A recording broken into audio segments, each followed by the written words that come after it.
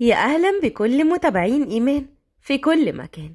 وحشتوني قوي قوي من الرواية اللي فاتت. جاية النهاردة وجايبالكم معايا رواية جديدة، رواية حلوة وقوية جدا، من أجمل وأقوى الروايات اللي ممكن تشوفوها. اسم الرواية طفلة في قبضة إبليس، بقلم الكاتبة الجميلة شغف محمد. بجد الرواية دي حلوة قوي. لكن قبل ما نبدأ رواية النهاردة، يا ريت ما تنسوش تصلوا على النبي وتفجروا زر اللايك، وتوصلوا الرواية دي لأعلى اللايكات، وتوصلوا القناة لأعلى الاشتراكات. يلا بينا نبدأ روايتنا. في مكان ضلمة جدا كانت ماشية ست كبيرة، وكانت بتكلم نفسها، وكانت بتقول: يا رب، يا رب الحق البيه، ده لو اجا وانا مش موجودة هروح في 60 داهية. استرها معايا يا رب والحق اوصل. وهي ماشية فجأة سمعت صوت بنت صغيرة بتبكي. اتصدمت جدا الست، وبدأت تسكت وتركز. ايه ده؟ ايه الصوت ده؟ قربت اكتر كمان وكمان علشان تعرف الصوت ده جاي منين. مين هنا؟ وفجأة الصوت اختفى مرة واحدة، وبعدين ندهت مرة تانية وقالت: مين هنا؟ في حد هنا؟ ايوه، انا يا طنط. الست فتحت نور الموبايل، فتحت الكشاف علشان تشوف مين البنت دي. انتي بتعملي ايه هنا في الوقت ده؟ الوقت متأخر جوي يا بنتي. ردت البنت: مرات بابا خرجتني من البيت وانا مش عارفة اروح فين، علشان كده انا في الشارع، واول مرة اخرج برا الشارع. هعمل ايه؟ انا مش هعرف اخدك معايا، البيه مش هيوافق. طب هتقعدي هنا ازاي لوحدك يا بنتي؟ ردت البنت: انا خايفة قوي يا طنط، ممكن تسيبي النور ده؟ لا حول ولا قوة الا بالله. تعالي، تعالي معايا يا بنتي، وربنا يستر، ورزقي ورزقك على الله. وبعد فترة راحوا القصر ودخلتها المطبخ. بصي بقى، اقعدي هنا واوعي تقومي، مش عايزة اي حد يشوفك ولا يعرف اصلا انك موجودة. حاضر، مش هتحرك. الا قوليلي، انت عندك كام سنة يا بنتي؟ واسمك ايه؟ ردت عليها البنت وقالت: انا انا عندي 16 سنة واسمي سيليا. اه، عاشت الاسامي يا حبيبتي. ماشي يا سيليا، أنا اسمي توحة. ماشي يا توحة. وسمعت صوت عالي برا، وحست إن زيدان بيه هيكون رجع، واتخضت جدا وارتبكت وقالت: بصي يا بنتي، خليكي قاعدة هني، أنا لازم أخرج. طيب ماشي يا توحة، ما تخافيش، أنا مش هخرج، هفضل قاعدة هنا في المطبخ لغاية ما انتي تيجي. وخرجت توحة برا. أهلا وسهلا يا زيدان بيه، نورت دارك يا ولدي. بص يا توحة، النهاردة كاتب كتاب يوسف، وهيقعد معانا هنا هو ومرته لحد ما يسافر مصر. ردت توحة: ألف ألف مبروك يا يوسف بيه، عقبال البكار يا رب، عقبال ما تخلف كده صبيان وبنات ويملوا علينا الدار. رد يوسف: الله يبارك فيك يا توحة، عقبال اللي بالي بالك. بص يا توحة، في ناس جايين النهاردة علشان تجهيزات البيت، علشان الفرح، رايدك تاخدي بالك كويس جوي من الناس دي. حاضر، حاضر يا سعادة البيه. هعمل انا ايه بقى دلوقتي في الزحمة اللي هتكون في الدار هنا؟ واخبيها بس ازاي؟ ونروح لسيليا. كانت خلصت اكلها وشالت الطبق، واول ما دخلت توحة قالت لها: انا خلصت الاكل كله وغسلت الطبق كمان، وتسلم ايدك اكلك جميل. ردت توحة: شطورة يا قلبي، يلا بقى اقعدي هنا علشان البيت هيكون فيه ناس كتير جوي جوي. ها؟ كتير؟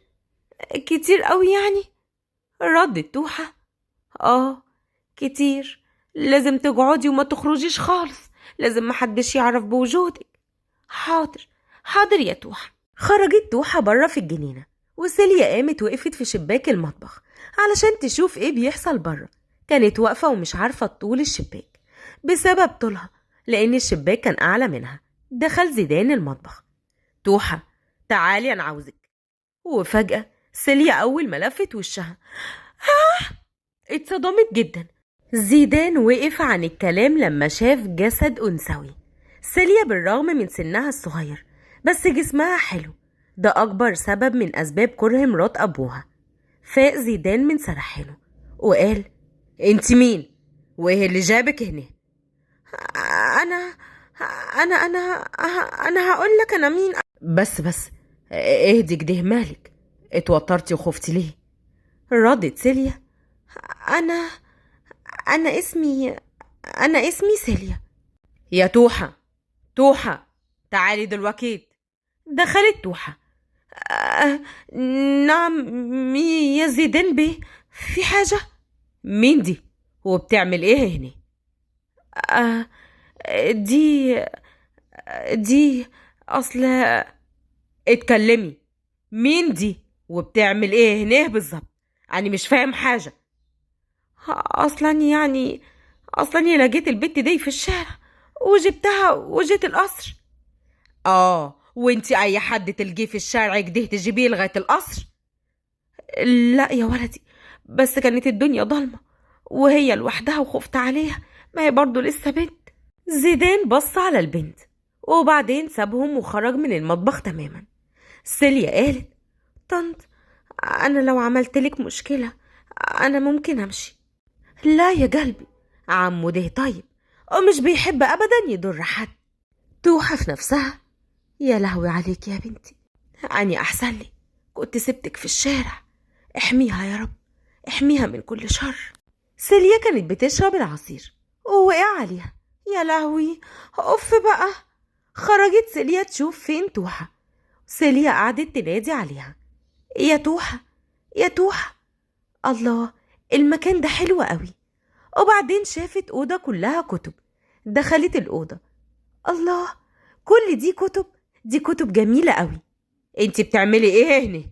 سيليا اتخضت جدا أول ما سمعت صوته وصرخت. للمرة التانية تتخض بسبب زيدان. هش، اسكتي، بتعملي ايه هنا؟ انتاجي. انا اصلا يعني العصير وقع عليا وكنت بدور على توحة علشان تشوف الهدوم، هدومي اتوسخت. زيدان بخبز: طيب تعالي معايا. حاضر. واخد سيليا وهما الاتنين دخلوا على اوضته. زيدان قال لها: خدي البسي ده.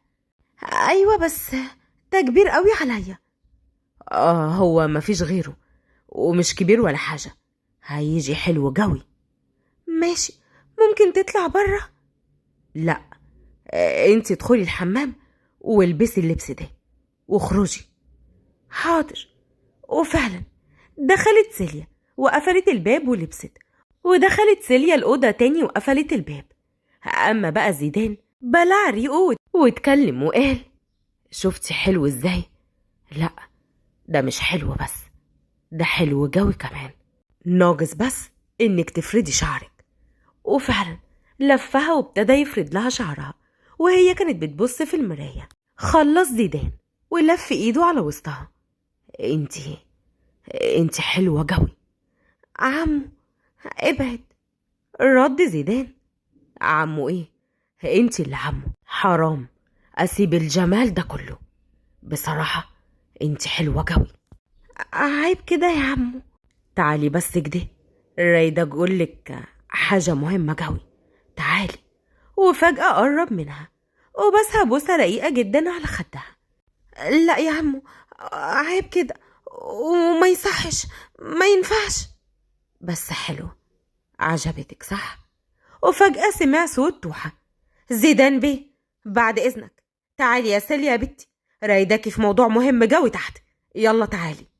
خرجت سيليا من حضنه. عمو جاب لي ده يا توحة، حلو؟ يا بنتي حلو، يلا بس ننزل تحت علشان رايداكي في موضوع مهم جوي. واخدتها على اوضتها وقالت: سيليا يا حبيبتي، عمو ده ما تسمعيش كلامه خالص، ماشي؟ ليه؟ ده عمو ده طيب قوي والله يا توحة، ده حنين قوي كمان. ايوه، بس ممكن يضر سيليا يا بنتي. طيب حاضر يا توحة. دخل عليها زيدان وقال: توحة، اهلا، اتفضل يا ولدي، عراية حاجة؟ انا كاتب كتابي النهارده مع يوسف. اتصدمت توحة. بجد؟ الف مبروك يا ابني. على مين؟ كانت بتقول الكلام ده وقلبها كان بيدق جدا. القمر اللي وراكي هناك ده هتجوزها. بس يا ولدي. بس ايه؟ أنا كلمت أبوها وقال لي أصلا ما عنديش بنات، أنا هتجوزها يا توحة. آه أيوة يا بلدي، بس هي لسه صغيرة، فرق بينك وبينها كبير قوي.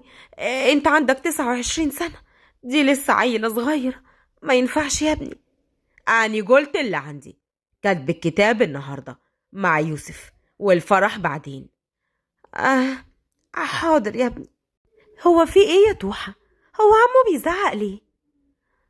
بص يا بنتي، عمو عاوز يتجوزك. سيليا ظهر عليها معالم الصدمة على وشها. يعني ايه يا توحة؟ ردت توحة. يعني عاوزك تكوني معاه وتقعدي هنا على طول. سيليا فرحت جدا وقالت الله، ماشي ماشي، انا موافقة، انا حبيت القصر ده قوي وحبيتكم كلكم. طب يلا نطلع بقى فوق، مكانك مش هنا. عدى اليوم وتم كتب كتاب يوسف وعلياء وكمان زيدان وسيليا، واتفقوا هما الأربعة إنهم هيعملوا فرح بعد وقت، هما الأربعة مع بعض. زيدان: مش عشان أنا بعمل لك اللي انت رايده تنسى إني الدادة بتاعتك وإني بخاف عليك منك. ما تخافيش، ردت توحة. طيب خلي بالك منها يا ولدي، البت غلبانة جوي. عيب عليكي بقى، أني طالع فوق. يلا بينا يا سيليا على أوضتنا. ليه؟ أطلع معاك ليه؟ ليه ايه؟ انتي مرتي، أني جوزك. يلا يا سيليا اطلعي مع عمو يا حبيبتي، هو جوزك ده طبيعي. حاضر. وفعلا طلعوا فوق مع بعض في أوضتهم. أني جبتلك هدوم جديدة حلوة جوي. بجد يا عمو؟ جبتلي هدوم جديدة؟ شكرا. ما خلاص بقى. سيليا بخوف: خلاص ايه؟ زيدان قال: بطلي تكوني طفلة كده، خليني بقى استمتع بأنوثتك. بصراحة انت اجمل بنت انا شفتها في حياتي. انت بتقول ايه يا عمو؟ انا زي ما سمعتي كده بالظبط. قرب منها اكتر وحوط وسطها. زيدان قال: سيليا محمد، 24 سنة، خريجة هندسة، بنت جميلة، عود مثالي، عيون خضرة. كمل كلامه بصوت عالي. شعرها أصفر وزي الحرير. تعملي بقى ليه كده؟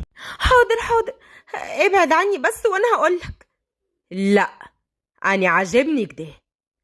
زيدان أرجوك بلاش كده، هقولك على كل حاجة. بعد زيدان وهو مش عارف ليه عمل كده.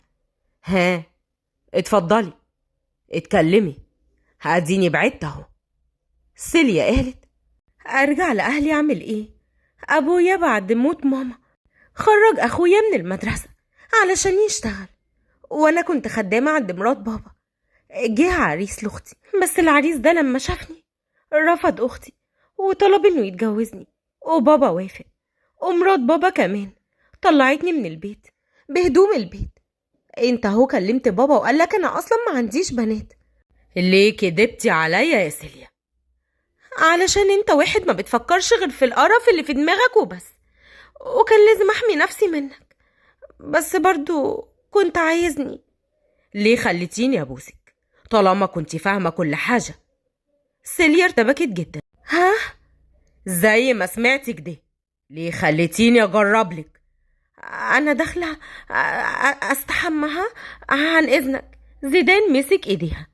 ليه خليتيني ابوسك؟ ليه يا سيليا؟ زيدان لو سمحت سيب ايدي بعد اذنك. سابها وقال لها تدخل. دخلت سيليا الحمام. سيليا اول ما دخلت الحمام قالت: انا فعلا ليه عملت كده؟ اخ يا ربي، انا خرجت من مشاكل مرات ابويا، دخلت في مشاكل اللي بره ده. بس مش مشكلة، ده قمر، ده احلى من فريد اللي في المسلسل. عاجبني قوي، مز وطول بعرض. بصراحة انا مبسوطة قوي ان انا اتجوزته، هو زي القمر ويتحب بسرعة.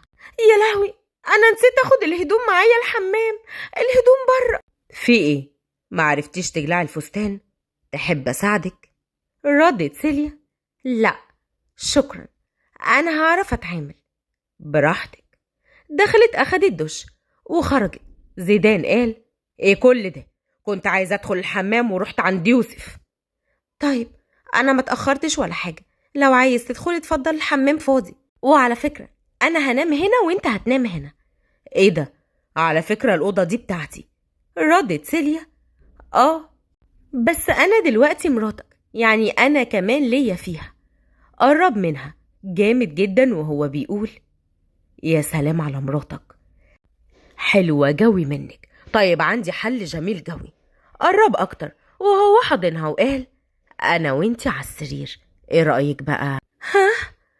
لا طبعا، انا مش هنام جنبك طبعا، لا ما ينفعش، هيبقوا ما يصحش، ولا لا الفكرة دي مرفوضة، مستحيل. انتي مرتي، يعني اعمل اللي انا عايزه من غير كلمة منك، ده حج الشرعي، فاهمة؟ يعني وقت ما تخش دماغي واطلبك يبقى توافقي. سيليا بدموع، بس انت اكيد مش هتاخد حاجة غصب عني صح؟ اكيد. وبعدين قرب زيدان وحط ايده على وشها بكل حنية وكأنه كان حاضنها. انا لا، مش هاخد اي حاجة غصب عنك يا سيليا. وبعدين قالت شكرا، ممكن ننام بقى؟ زيدان قال في حضني. ها؟ تاني برضو؟ ايوه في حضني، ما عنديش اي حل تاني. بس زيدان شالها، مفيش بس، شالها بين ايديه واخدها في حضنه وناموا هما الاتنين بدون ما يحسوا بأي حاجة. وتاني يوم عند يوسف وعلياء. بت يا بت، ها عاوز ايه يا يوسف؟ بس بس بس بس. وبعدين في ايه يا يوسف؟ عاوز مني ايه بالظبط؟ بصراحة عايز بوسة. ها؟ مش دلوقتي، وبعدين اللي انت بتقوله ده ما ينفعش. نعم يا روح امك، انا جوزك، يعني ايه ما ينفعش؟ هاتي بوسة بقى. وانا قلت لا يا يوسف، لا يعني لا. بت، هي من اولها كده ولا ايه؟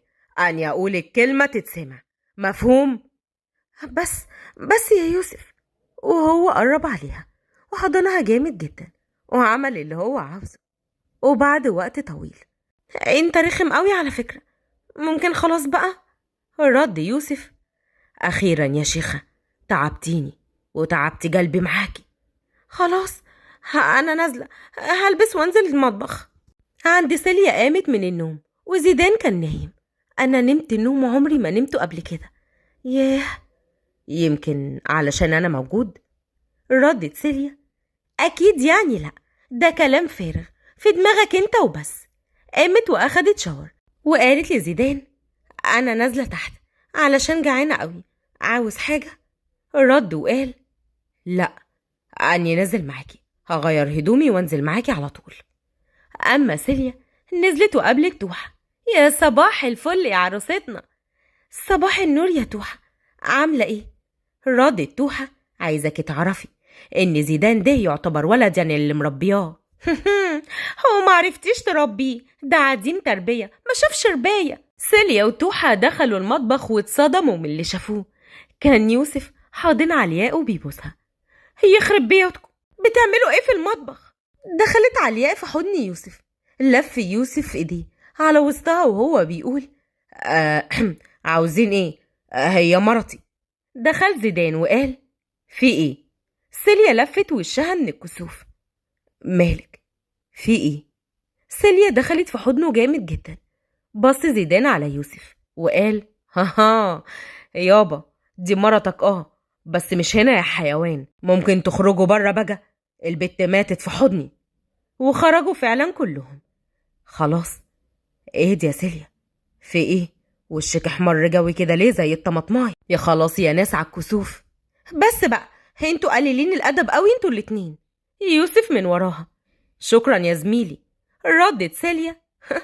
على ايه يا اسطى؟ تعالى كل يوم واقول لك نفس الكلام. زيدان فضل يضحك عليهم هما الاتنين وقال ليوسف اللي قولي، هي راحت فين؟ رد يوسف مش عايزة تخرج من الكسوف منكم، مش عارف، حاسس اني كنت شقيتها مش مراتي. وفجأة لقى علياء وراه وحدفته بالخيارة في وشه وهي متعصبة منه على الآخر. شكرا يا حبيبي، ألف شكر، تسلم إيدك يا باشا. علياء والله هو اللي عمل كده، هو اللي قليل الأدب، حتى هو اللي فتح زراير القميص أنا ماليش دعوة. طب اهدي اهدي يا حبيبتي، ما تتكسفيش، خلاص حصل خير. علي عينيها دمعت وسيليا كانت بتهديها. يوسف قال: تعالي يا حبيبتي أنا عاوزك. علياء قالت له: لا، ابعد عني، أنا مش بكلمك أصلا. رد يوسف: يا لهوي يا علياء، انت بتعيطي ليه؟ أني جوزك، والله العظيم جوزك، خلاص بقى بقولك. زيدان قال لهم: بقول لكم ايه، البت جعانة، يلا بقى ولا ايه؟ دخلت توحة المطبخ وقالت: اخرجوا كلكم واني اللي هعمل الفطار علشان العرسان ياكلوا ويتغذوا. لا، بص يا توحة، من هنا ورايح ومن النهاردة انت مش هتعملي حاجة، انت أمي التانية. يعني ايه؟ يعني ايه يا ولدي؟ زيدان حوط وسط سيليا وقال: يعني انت كبيرة البيت هنا ومستحيل تعملي حاجة. توحة بعياط: بس ده أني الدادة. لا، انت أمي. سيليا قالت له: جعانة بقى يا بابي. وبعدين سابته وخرجت على بره، وهو خرج وراها لقاها بتعيط. اتصدم لما لقاها بتعيط بالشكل ده. ايه ده؟ كل ده علشان جعانة؟ أما سيليا دخلت في حضنه وانهارت من العياط. زيدان استغرب وقال: سيليا، في ايه مالك؟ في حد زعلك؟ ماما وحشتني قوي، مش قادرة أصدق إن بابا يعمل فيا كده يا زيدان. رد عليها وقال: لو على ماما فتوحة موجودة من يوم ما أمي سابتني وأني لسه طفل صغير، هي أمي كل حاجة في حياتي. ولو على بابا فأنا موجود. ابعد شوية بس كده. رد زيدان: برضو هنرجع للتفكير القديم ده ولا ايه؟ يلا ابعد لو سمحت. زيدان قرب أكتر وقال: يا لهوي على زيدان منك، عجبتني قوي. سيليا طلعت تجري بسرعة جدا من قدامه وزقته، وهما الأربعة كانوا قاعدين بيفطروا وكانوا بيجهزوا للفرح. على فكرة احنا كمان فرحنا معاهم بكرة، وهتكوني أجمل عروسة في الدنيا. طيب ماشي إن شاء الله. طيب ماشي إن شاء الله، بس كده إيه؟ عايزني أقوم أتحزم وأرقص لك؟ رد عليها وقال: أيوة عاوز، بس الكلام ده بكرة بعد الفرح. سيليا وشها احمر جدا والجميع فضلوا يضحكوا عليها. على فكرة انت رخم، وبعدين بطل بقى، عيب كده. زيدان قال: صحيح، جنى جاية بكرة إن شاء الله يا يوسف، كلمتني وجالت. يوه، أنا مش بحب البت دي واصل. يوسف وزيدان في نفس الوقت: أنا بحبها، بس أنا بحبها. الجميع كانوا في ذهول، وعلياء قالت: نعم، مين دي يا حلو؟ مين دي إن شاء الله؟ صديقة منذ الطفولة، بس إيه، حتة صاروخ، صاروخ أرض جو، ياه جميلة جوي، تحل من على حبل المشنجة. يوسف فهم إنه بيعمل كده قدامهم وقال: الصاروخ دي حاجة قليلة جوي، دي حاجة دي أمريكاني على فرنساوي، يا سلام، زي لقطة القشطة. طيب تمام، حلو قوي كده يا أستاذ، خليها بقى تيجي تقعد معاك بعد الفرح، ها؟ وخليها بقى تنفعك. وانت يا ست هانم، شايفة جوزك؟ شايفة بيعمل ايه هو كمان وبيقول ايه؟ وكمان بيعكسوا البنت واحنا قاعدين قدامهم كده زي اكياس الجوافة. سيليا بضيق بس مش مبينة ده. وانا مالي؟ انتي مالك ايه؟ هو مش جوزك يا بنتي؟ عادي، بس هو لو كان عاوز يتجوزها كان اتجوزها من زمان، بس هو اتجوزني انا. علياء قالت: ايه يا بنتي، ايه السلبية اللي انتي فيها دي؟ انا مقدرش ابقى باردة كده بصراحة، انا هموت من الغيرة. ردت سيليا وقالت: سلبية ايه يا حبيبتي؟ دي مش سلبية، زيدان لو كان عاوز يتجوز اللي اسمها جنى دي عادي يعني، اكيد كان هيتجوزها من زمان، بس هو في الاخر جه واتجوز مين؟ اتجوزني انا. وبعدين فكك بقى يا لولو. ما شاء الله، ايه العقل اللي نزل عليكي مرة واحدة ده يا سوسو؟ ماشي يا ستي، انت حرة، يا ريت تتعلمي بقى من العجل ده كله. ريح انت على جنب، حسابنا بكرة ان شاء الله بعد الفرح، وقتها هتعرف كويس قوي من هي علياء، ونشوف بقى وقتها ايه حكاية ست جنى. عادي، مش هتعرفي تعملي اي حاجة. زيدان بص لسيليا بزعل ومش عارف يا ترى سببه ايه. يمكن اتضايق لما حس انها ما غارتش عليه زي علياء ما غارت على يوسف. وبعدين قال: أنا طالع فوق. وفعلا طلع على فوق. هو الكلام اللي قلتيه ده صح؟ ردت سيليا وقالت صح. ايه المشكلة في كلامي؟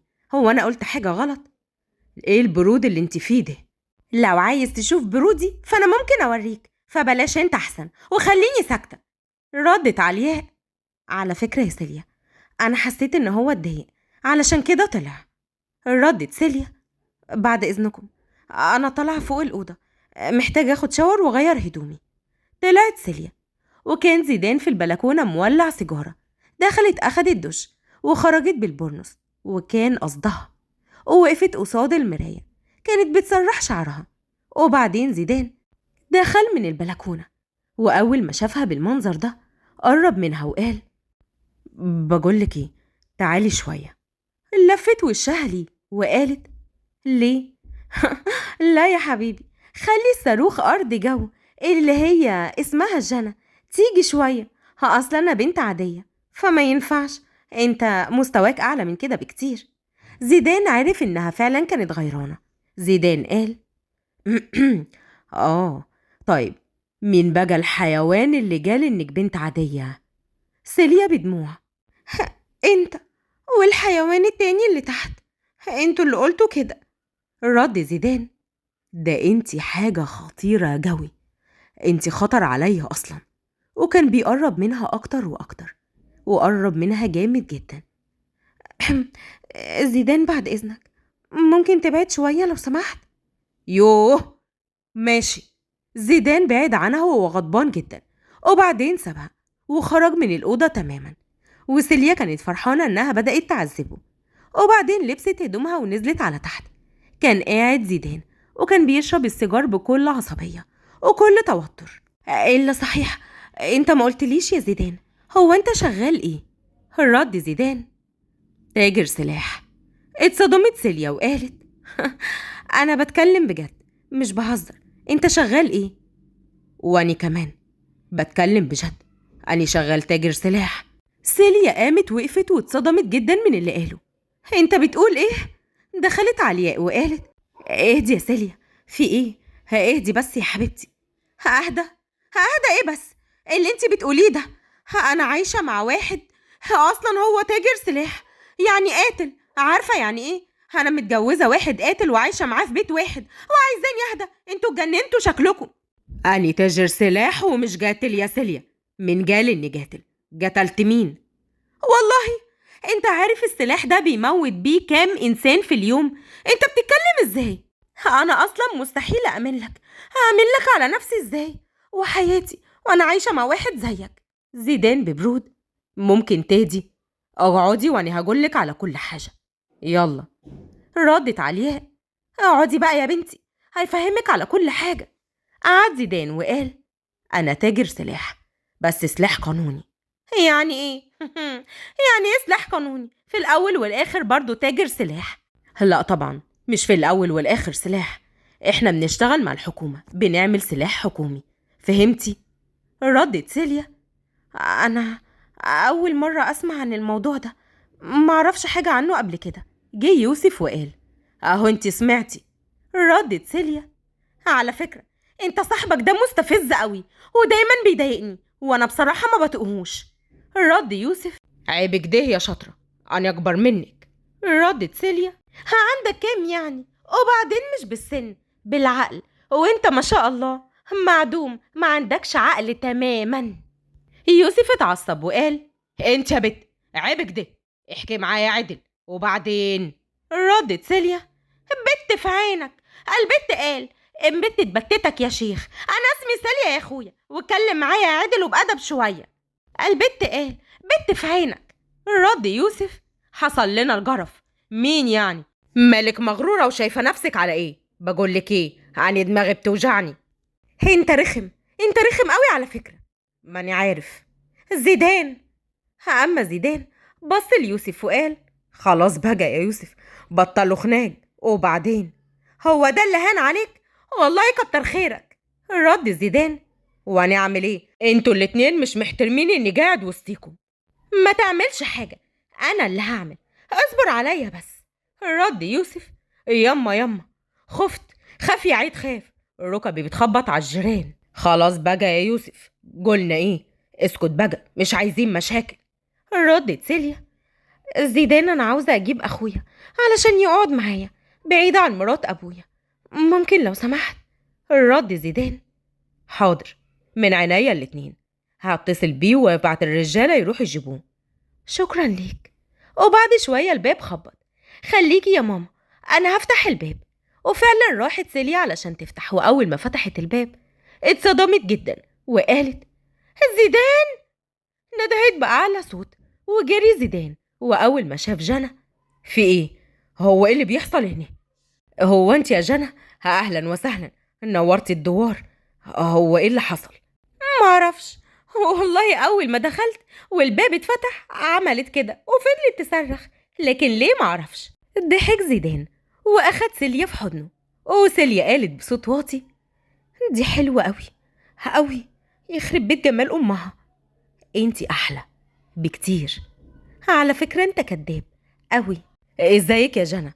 معلش أنا آسف، نورتي الدوار، تعالي اتفضلي. أخيرا أخيرا صحابي وإخواتي هيتجوزوا. انتوا مش عارفين أصلا أنا فرحانة قد إيه. أنا طايرة من الفرحة. أخيرا هحضر فرحكم، كان نفسي في اليوم ده قوي من زمان. سيليا علشان ما كانتش عايزة تخرج من حضنه. خليك زي ما انت علشان أبص عليها كويس وأشوفها من كل الاتجاهات. طيب حاضر يا ستي. وبعدين جنى قالت ابعد عنها كده شوية، عاوزة أشوف القمر ده ما شاء الله. حاضر، أديني بعدت أهو. ازيك يا حبيبتي؟ أنا اسمي جنى. أنا اسمي سيليا. انتي حلوة قوي يا سيليا، ما شاء الله، عينيكي زي القمر. صحيح، أمال هي فين علياء؟ عايزة أتعرف عليها هي كمان. ودخلوا جوه وكلهم قعدوا مع بعض. ازيك يا جنى؟ نورتي البيت. أنا كويسة والحمد لله. ها قولولي بقى، اتعرفتوا على بعض ازاي؟ زيدان ويوسف عرفتوهم ازاي؟ كل واحدة تحكيلي. أنا كنت السكرتيرة بتاعت يوسف، وبعدين احنا الاتنين فجأة حسينا بحب كبير لبعض، وكان مستخبي وسط زحمة الشغل. أيوة بقى، ربنا يتمم على خير. وانتي يا سيليا؟ أنا. وبعدين بصيت لزيدان. زيدان قال لجنى بعدين هبقى احكي لك على كل حاجة. قوليلي ايه اخبار الشغل؟ شغل ايه؟ انا خلاص قدمت استقالتي وارتحت. هو انتي كنت شغالة ايه يا جنى؟ انا كنت شغالة في الازياء، لكن دلوقتي بقيت عواطلية والحمد لله. اكيد ده غباء مني اصلا. ايه يا حبيبتي بتقولي ايه؟ لا ما بقولش حاجة، انا طالعة فوق يا زيدان. وفعلا طلعت فوق. هو في ايه يا جماعة؟ هي زعلت مني؟ هو انا قلت حاجة غلط؟ رد زيدان. لا، هي كويسة، مفيش اي حاجة. أنا كمان طالع، محتاجة أغير هدومي. تمام يا يوسف، هغير هدومي وانزل لكم على طول.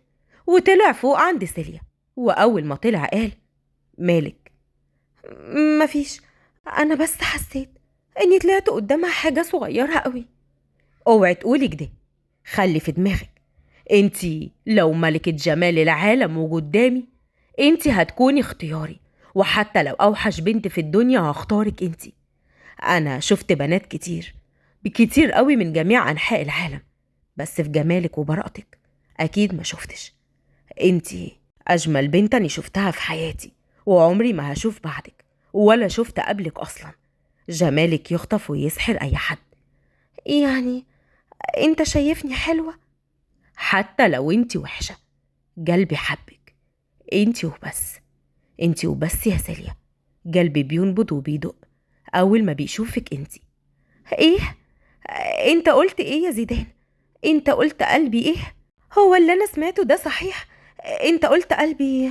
يلا قول، قلبي ايه؟ قلبي حبك. ايوه، بحبك قوي يا سيليا. وانا كمان بحبك قوي يا زيدان. على فكرة هي كلها البتاع ده اللي اسمه بوتوكس ونفخ، لكن أنا بحب البلدي، أحب الطبيعي. بقولك ايه، ما تجيبي بوسة بقى. زيدان، وبعدين قلنا ايه؟ بعد الفرح احترم نفسك بقى. طيب يلا بينا ننزل تحت. وفعلا نزلوا كلهم تحت. ايوه بقى، هي دي الابتسامة الحلوة. ده ايه الحلاوة دي؟ مش احلى منك يا روح قلبي؟ ربنا يديم علينا فرحتنا كلنا. وفجأة سمعوا صوت. جانا كانت بتجري وكمان بتصرخ بأعلى صوت: زيدان، يوسف، انتوا مش هتصدقوا، هما الاتنين في نفس واحد. خير، في ايه؟ هقول لكم مفاجأة مش هتصدقوها. بكرة أنا كمان هيكون فرحي معاكم، احنا التلاتة هنتجوز. نعم؟ على مين؟ مش فاهم حاجة. هقولك، مدير الشركة اللي كنت شغالة فيها لما عرف ان انا مش راجعة تاني امريكا، قال لي انه لازم يتجوزني وانه بيحبني واني لازم ارجع امريكا وانا مراته، وقلت له اننا نتجوز بكرة هنا. بجد؟ الف مبروك، ربنا يتمم على خير. من وانتي في ابتدائي وانتي كان نفسك تتجوزي مدير شركة. سبحان الله، ربنا استجاب دعويكي وديكي هتتجوزيه اهو. الجميع ضحكوا. هو انتوا تعرفوا بعض من زمان؟ ايوه يا ستي، انا وجانا كنا نعرف بعض من ابتدائي، واول ما دخلنا اعدادي تعرفنا على زيدان، ومن وقتها واحنا ما بنسيبش بعض ولا بنفارق بعض. بقول لكم ايه، يلا بقى احنا مش فاضيين، تعالوا يا بنات، ورانا حاجات كتير نعملها. والله احنا مجهزين كل حاجة، ما تقلقيش. وكمان بالنسبة للبنات، الفساتين بتاعتهم جاهزة، وانتي فستانك هنبعت نجيبهولك من اي مكان تحبيه. واخيرا جه يوم الفرح. انا خايفة قوي يا ماما، حاسة اني متوترة وقلقانة قوي. ردت عليها توحة وقالت: ما تقلقيش يا بنتي، ده بس يعني التوتر الفرح وكده. وفجأة دخل زيدان وقال: انتوا جاهزين؟ وأول ما لفت وشها اتصدم من جمالها. حلو، جمر. وبعد شوية نزل يوسف وزيدان، وهم معاهم جنى في النص وبيقدموها لأركان جوزها. أما سيليا وكمان علياء كان بيقدمهم حسام أخو سيليا. وانتهى الفرح وكل واحد راح على أوضته. وكمان جنى سافرت مع جوزها أركان على أمريكا تاني. تعالي بقى يا بتاعت حرام انتي، وحشتيني جوي. ردت علياء: يوسف اهدى كده، في ايه؟ ما ينفعش كده. وقرب منها وهما الاتنين راحوا لعالمهم الخاص. وعند سيليا وزيدان: بحبك جوي يا سيليا، أني أسعد راجل في الدنيا. وأنا كمان بموت فيك يا زيدان. رد زيدان: طيب ومش هتثبتي لي بقى؟ انتي قلتي ان ليلة فرحنا هترقصيلي، وبعدين بعدها عايزك في موضوع مهم جوي. ردت سيليا: هو انت لسه فاكر؟ بطل رخامة بقى. وبعدين ما ينفعش اللي انت بتقوله ده، مستحيل. مستحيل ايه؟ اطفي النور اللي جنبك وتعاليلي. ولحد هنا تكون نهاية روايتنا السعيدة. يا رب تكون عجبتكم. أتمنى لو عجبتكم يا ريت ما تنسوش تعملوا سبسكرايب للقناة وتفعلوا زر الجرس على كلمة الكل علشان يوصل لكم إشعار أول ما ننزل رواية جديدة. ويا ريت ما تنسوش تشيروا الرواية دي على الفيسبوك وكمان مع كل أصدقائكم. ألقاكم في رواية جديدة يا أجمل إخوات في الدنيا.